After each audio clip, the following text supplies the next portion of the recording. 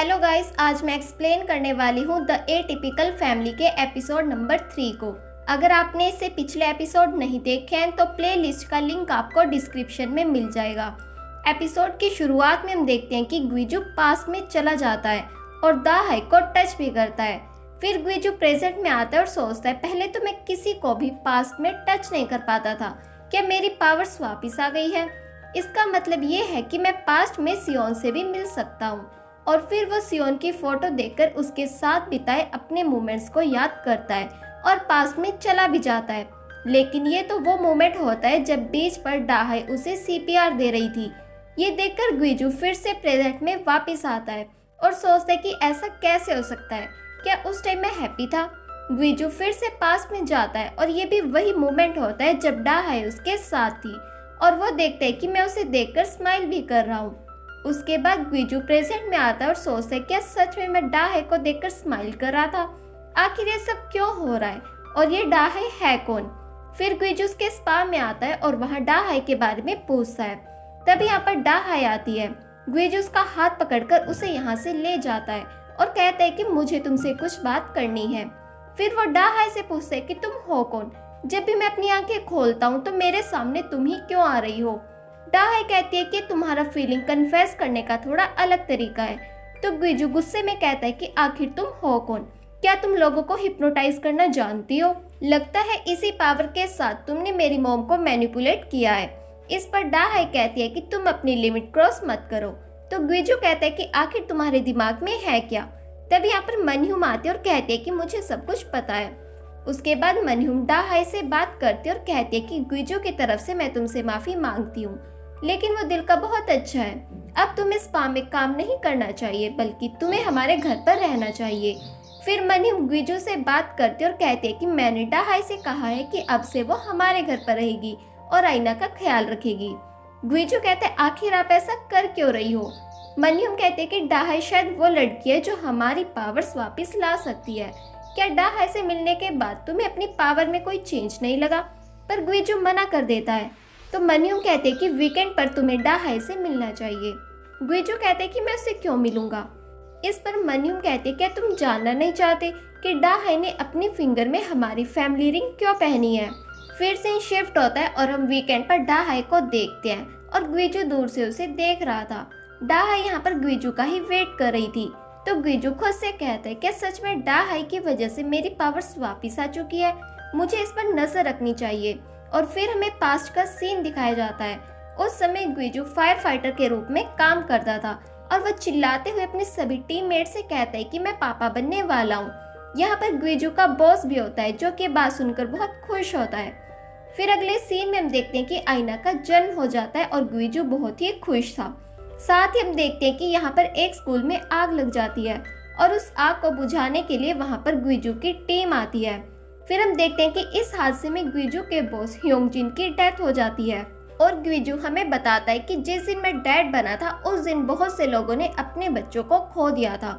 फिर ग्विजू अपने काम पर वापस आ जाता है। उसके बाद ग्विजू पास्ट में उसी जगह पर वापस आता है जहां आईना का जन्म हुआ था। फिर ग्विजू दरवाजा खोलकर अंदर जाने लगता है तो वो देखता है कि वह दरवाजे को टच कर पा रहा है। उसके बाद ग्विजू उस जगह पर जाता है जहाँ पर आग लगी हुई थी। एक लड़की ह्योंगजिन से कहती है कि अंदर स्टोर रूम में बहुत से बच्चे फंसे हुए हैं, आप प्लीज उन्हें जाकर ले आइए। ह्योंगजिन अंदर जाने लगता है तो ग्विजू चिल्लाते हुए उसे कहता है कि अंदर मत जाओ वरना आपकी डेथ हो जाएगी। ह्योंगजिन को लगता है कि किसी ने उसे पुकारा है, लेकिन फिर भी वो अंदर चला जाता है और उसकी डेथ हो जाती है। फिर अगले सीन में ग्विजू को देखते जो कि सियोन के साथ होता है और उसे बता रहा था कि पास्ट में मैंने एक दरवाजे को टच किया था। तो सियोन कहती है, पहले तो तुमने कहा था कि तुम पास्ट में किसी भी चीज को टच नहीं कर पाते और न ही किसी की हेल्प कर सकते हो। ग्विजू कहते कि हाँ मैंने कहा था, लेकिन मैं दरवाजे को टच कर पा रहा हूँ, इसका मतलब ये है कि मैं हेल्प भी कर सकता हूँ। उसके बाद ग्विजू पास्ट में कई बार उसी जगह पर आता है जहाँ स्कूल में आग लगी थी, लेकिन वो हर बार लेट हो जाता है और ह्योंगजिन उससे पहले ही बिल्डिंग के अंदर जा चुका होता है और उसकी डेथ हो जाती है। फिर हम ग्विजू को उसके टीममेट्स के साथ काम पर देखते हैं और तभी इमरजेंसी अलार्म बजता है। सभी लोग गाड़ी में बैठ जाते हैं, लेकिन वो देखते हैं कि वहाँ पर ग्विजू तो होता ही नहीं, जिसकी वजह से ग्विजू का नया बॉस उसे बहुत डांटता और कहता है कि तुम अपनी जॉब अच्छे से क्यों नहीं कर रही, जब भी तुम्हारी ज़रूरत होती है तुम वहाँ पर नहीं होते। हम जानते हैं कि तुम ह्योंगजिन के डेथ से दुखी हो, लेकिन अब तुम उसे भूल जाओ। तो ग्विजो कहते हैं कि आप नहीं समझ सकते कि मेरे ऊपर क्या बीत रही है। मेरे दिमाग से ह्योंगजिन निकल ही नहीं रहा। ग्विजो का बॉस उसे कहते कि अगर तुम यहाँ अच्छे से काम नहीं कर सकते तो तुम्हें ये जॉब छोड़ देनी चाहिए।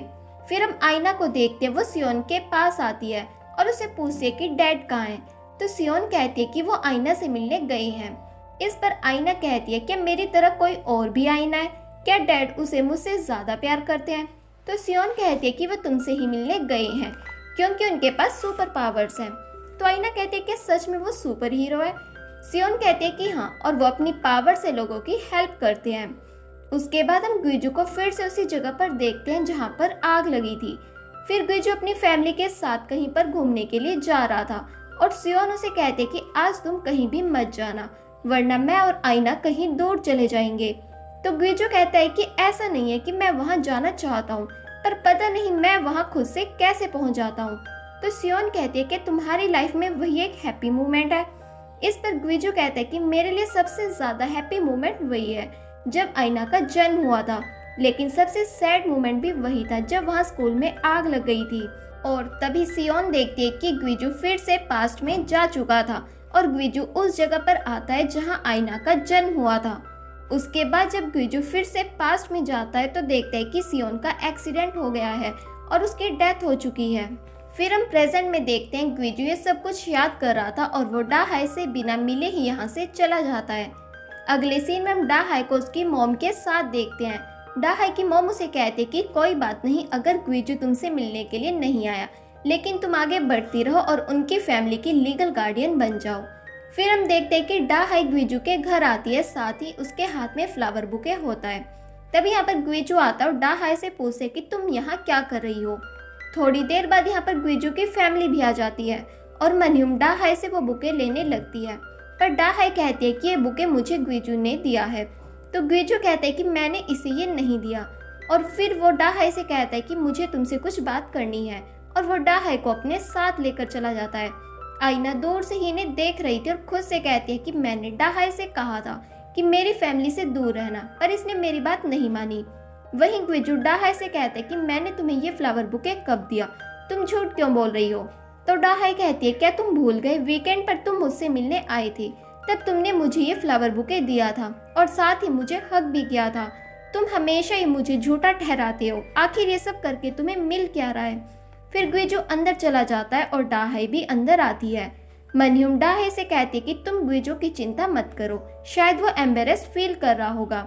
यहीं पर आईना भी होती है जो कि फोन में बिजी थी। सुनगु से अपने पास आने के लिए कहता है, लेकिन आईना उन पर ध्यान नहीं देती। तो डाहाई कहती है कि मुझे लगता है कि आईना को किसी की ज़रूरत है जो उसकी देखभाल कर सके और उसकी पावर्स वापस लाने में उसकी हेल्प भी कर सके। इस पर आईना कहती है कि मेरे पास ऑलरेडी पावर्स है, मैं इनविजिबल हूँ, स्कूल में कोई भी मुझे नहीं देख पाता। ये बोलकर वो स्कूल चली जाती है और खुद से कहती है कि इनविजिबल होना इतना भी बुरा नहीं है, मैं दूसरे बच्चों पर नजर रख सकती हूँ और उन्हें पता भी नहीं चलेगा। तभी आईना यहाँ पर उसी लड़के को देखती है जिसे उसने डांस रूम में देखा था और इस लड़के का नाम जुनवू होता है। आईना उसकी वीडियो बना लेती है। तभी यहाँ पर एक लड़की आती है जिसका नाम हायरिम होता है और वो आईना से कहती है क्या तुम जुनवू पर नजर रख रही हो, क्या तुम उसकी जासूसी कर रही हो। और वो आईना का चश्मा उतारने लगती है। तो आईना कहती है कि तुम मुझसे दूर रहो और मेरे चश्मे को हाथ मत लगाना। साथ ही वो चिल्ला देती है। तो जुनवू उसे देखता है और आईना यहाँ से भाग जाती है। फिर से शिफ्ट होता है और हम डोंगी को देखते हैं जो कि मॉडलिंग कर रही थी। उसके बाद एक आदमी उसे हील्स भी देता है। डोंगी उस हील्स को पाकर छत पर आ जाती है और वहां पर उड़ने की कोशिश करती है। वो उड़ भी जाती है, लेकिन अचानक से वो मोटी हो जाती है और नीचे गिर जाती है। फिर हमें पता चलता है कि ये सिर्फ डोंगी का एक सपना था और ये सपना देखते हुए वो बेड से नीचे गिर जाती है। उसके बाद डोंगी अपने घर आती है और देखती है कि डाहाई मनह्यूम की मालिश कर रही थी। तो वो डाहाई से कहती है कि मुझे मॉम से कुछ बात करनी है और ये एक फैमिली मैटर है। तो डाहाई यहाँ से चली जाती है और साइड से उनकी बातें सुनने लगती है। डोंगी अपनी मॉम से कहती है कि सब क्या है, डाहाई यहाँ क्या कर रही है। तो मनह्यूम कहते हैं कि इस समय आईना को किसी की देखभाल की ज़रूरत है और डाहाई उसकी देखभाल कर रही है। वहीं डाहाई ये सब कुछ फ़ोन में रिकॉर्ड कर लेती है। डोंगी अपनी मॉम से कहते हैं कि आपको ये सब नहीं करना चाहिए। मुझे तो लगता है कि हमारी पूरी फैमिली बर्बाद हो चुकी है। क्या हमारे पास पैसों की कमी हो गई है जो आप मेरा अपार्टमेंट बेचना चाहती हो? मनह्यूम कहती है कि तुम चिंता मत करो क्योंकि डाहाई हमारे साथ है और उसकी वजह से मुझे अच्छी नींद आ रही है। फिर मनह्यूम सो जाती है। डोंगी को लगता है कि कोई उनकी बातें सुन रहा है, लेकिन जब वो देखते हैं कि तब तक डाहाई वहाँ से जा चुकी होती है। डाहाई को जाते हुए ग्वीजू देख लेता है। डाहाई अपनी मॉम को मैसेज करती है कि इस फैमिली में फाइनेंशियल प्रॉब्लम चल रही है, साथ ही इनके पास सुपरनेचुरल पावर्स भी हैं, तो हमें इनसे सावधान रहना चाहिए। वहीं ग्वीजू छत से उसे देख रहा था। डाहाई भी उसे देख लेती है और स्माइल करती है। फिर ग्वीजू अंदर चला जाता है। उसके बाद हम देखते हैं कि डाहाई ग्वीजू से पूछती है कि आईना को खाने में क्या पसंद है। तो ग्वीजू कहते क्या तुम खाने के जरिए उसका दिल जीतना चाहती हो, पर यह सब बेकार है क्योंकि उसे कुछ भी पसंद नहीं। उसके बाद आईना खाना खाने लगती है। डाहाई उसके पास बैठी थी और वो आईना से उसका चश्मा लेती है। आईना से अपना चश्मा वापस मांगती है तो डाहाई कहती है तुम झूठ कह रही थी ना कि तुम इनविजिबल हो, जबकि तुम इनविजिबल नहीं हो। साथ ही डाहाई ये भी कहती है कि तुम्हारी आईज बहुत प्यारी है। उसके बाद वो आईना की आईब्रोज बनाने लगती है और देखते कि उसकी आईज चमक रही थी। तो डाहाई कहती है कि मुझे लगता है कि तुम ही वो चाबी हो। आईना कहती है कि चाबी से तुम्हारा क्या मतलब है? क्या तुम हमारी 50 अरब वाली बिल्डिंग लेना चाहती हो? डाहाई कहती है कि तुमने अभी क्या कहा? लेकिन आईना बिना कुछ कहे यहाँ से चली जाती है और डाहाई खुद से कहती है कि ये सब क्या था। फिर से शिफ्ट होता है और हम आईना को स्कूल में देखते हैं। उसके पास हायरिम आती है। वो आईना से उसका चश्मा लेती है और कहती है कि तुम्हारी आईब्रोज तो काफी अच्छी लग रही है। आईना कहती है कि मुझे मेरा चश्मा चाहिए, लेकिन इसी बीच उसका चश्मा नीचे गिर जाता है और आईना को कुछ भी दिखाई नहीं दे रहा था। तभी एक लड़का उसका चश्मा उठाता है और आईना के पास आता है। ये लड़का तो जुनवो होता है। वो आईना से पूछता है कि तुम्हारा नाम आईना है? तो आईना कहती है कि हाँ। जुनवो से उसका चश्मा पहनाता है और कहता है क्या तुम हमारे डांस ग्रुप को ज्वाइन करना चाहती हो? तो आईना कहती है कि हाँ। अगले सीन में हम डोंकी को देखते हैं। वो अपना वेट चेक करते हैं और देखते हैं कि उसका वेट तो काफी बढ़ गया है। यहाँ पर ग्रेस भी होती है। वो डोंकी से कहती है कि हमें साथ में वर्कआउट करना चाहिए, पर डोंकी उसे इग्नोर कर देती है और फिर वो जिहान को कॉल करके कहते हैं कि आज रात हमें साथ में डिनर करना चाहिए। लेकिन जिहान कहते हैं कि मैं नहीं आ सकता, मुझे एक सर्जरी के लिए जाना है। फिर रात को डोंगी अपनी फ्रेंड्स के साथ डिनर के लिए आती है और वो यहाँ जिहान को ग्रेस के साथ देख लेती है। फिर डोंगी उन्हें फॉलो करती है। उसके बाद डोंगी देखती है कि ग्रेस और जिहान एक दूसरे को किस कर रहे थे। ये देखकर डोंगी यहाँ से चली जाती है। वहीं ग्रेस जिहान को पीछे करती है। उसके बाद जिहान अपने अपार्टमेंट में आता है तो देखते हैं कि डोंगी अपना सामान पैक कर रही थी। वो जिहान से कहती है कि तुम्हें भी यहाँ से चले जाना चाहिए। साथ ही वो ये भी कहते हैं कि हमारे साथ में रहने का कोई फायदा नहीं है। जिहान कहते हैं कि मुझे भी लगता है कि हमें ब्रेक ले लेना चाहिए। फिर जिहान अपना सामान लेकर यहाँ से चला जाता है। उसके बाद सीन शिफ्ट होता है और हम डाहाई को देखते हैं। उसने सबके लिए खाना बना दिया था, लेकिन तभी किचन में एक पेपर को आग लग जाती है। डाहाई उसे बुझाने की कोशिश करती है पर वो नहीं बुझा पाती। तभी यहाँ पर ग्वीजू आकर उस आग को बुझाता है। फिर ग्वीजू डाहाई से पूछता है क्या तुम्हें आग से डर लगता है? वैसे तुम ये सब कर क्यों रही हो जबकि तुम्हें पता है कि हमारी फैमिली में किसी को खाना खाना ही नहीं है? तो डाहाई कहती है मैं चाहती हूँ कम से कम एक बार ये फैमिली साथ में बैठकर खाना खाए। वैसे भी मेरी तो कोई फैमिली नहीं है। उसके बाद आईना और ग्वीजू साथ बैठकर खाना खाने लगते हैं। फिर ग्वीजू उन्हीं फ्लावर्स को देखते हैं जिन्हें डाहाई लेकर आई थी। वो खुद से कहता है क्या सच में ये फ्लावर्स मैंने उसे दिए थे? फिर ग्वीजू बाहर आता है और एक गाड़ी को देखता है जिसमें बहुत सारे फ्लावर्स होते हैं। वो यहाँ वैसे ही फ्लावर्स देखता है जैसे डाहाई के पास थे। जब इन फ्लावर्स का ओनर ग्वीजू को देखने के लिए आता है तो यहाँ पर तो ग्वीजू होता ही नहीं और हम देखते हैं कि ग्वीजू पास्ट में जा चुका था जब डाहाई वीकेंड पर उससे मिलने के लिए आई थी। ग्वीजू देखते कि वो फ्लावर बुके लेकर डाहाई के पास आता है। डाहाई कहती है आखिर तुमने ये कर दिखाया। तभी हम देखते हैं कि एक बाइक वाला डाहाई से टकराने ही वाला था, पर ग्वीजू डाहाई का हाथ पकड़कर उसे पीछे करता है और डाहाई उसे हक कर लेती है। वहीं प्रेजेंट में हम मनह्यूम को देखते हैं। वो डाहाई से पूछती है कि सुनगू कहाँ है?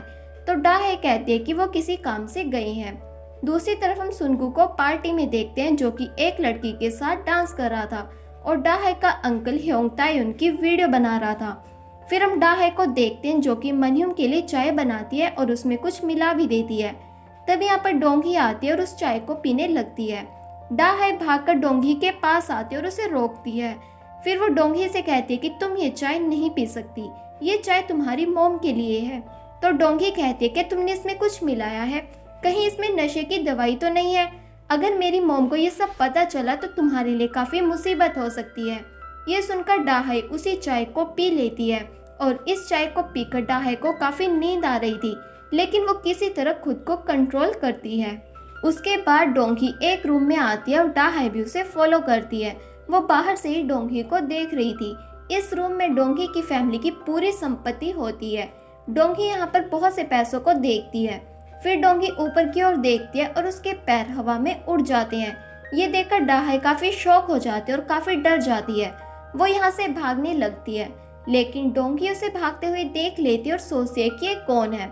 डाहाई की चप्पल यहीं पर खुल जाती है और वो भागते हुए कहती है ये तो एक भूतिया घर है।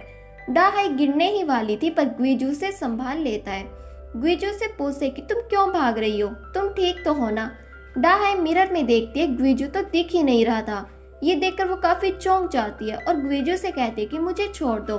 ग्विजू से छोड़ देता है और डाहाई जोर से चिल्लाती है। और इसी के साथ ये एपिसोड यहीं पर खत्म हुआ। आपको ये वीडियो कैसी लगी कमेंट सेक्शन में ज़रूर बताएं।